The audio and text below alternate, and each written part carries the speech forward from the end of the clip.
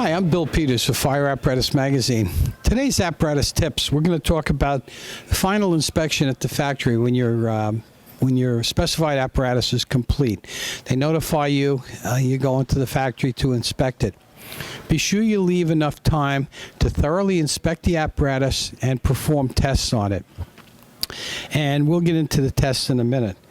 But prior to my departure, what I typically do is I take the specifications, go through each item, and I put it in the physical location where it's located on the truck.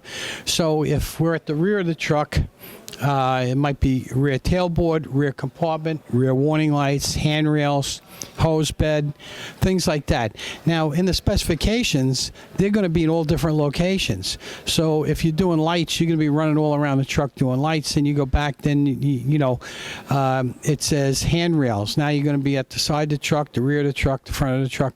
This way, you can do an orderly inspection.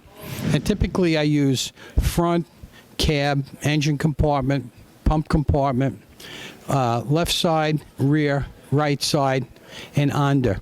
If it's a specialized apparatus like an aerial, you may want to do aerial ladder and platform if it includes that. But just be sure everything gets a good look. And if you follow the check sheet, then you'll be sure you check everything. Bring some tools along with you.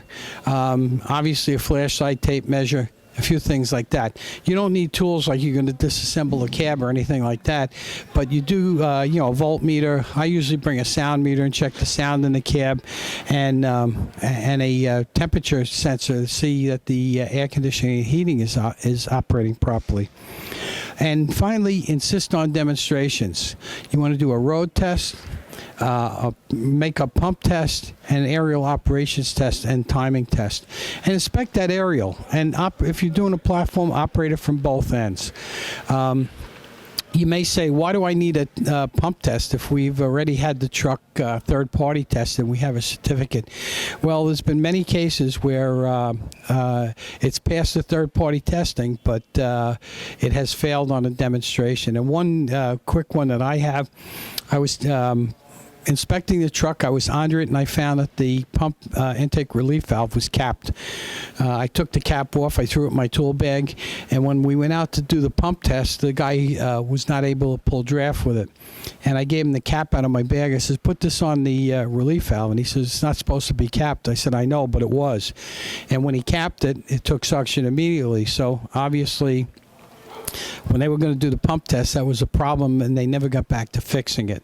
So that's just one little thing, but keep an eye on all that stuff. And I'm Bill Peters with Fire Apparatus Magazine. That's your apparatus tips. Thank you.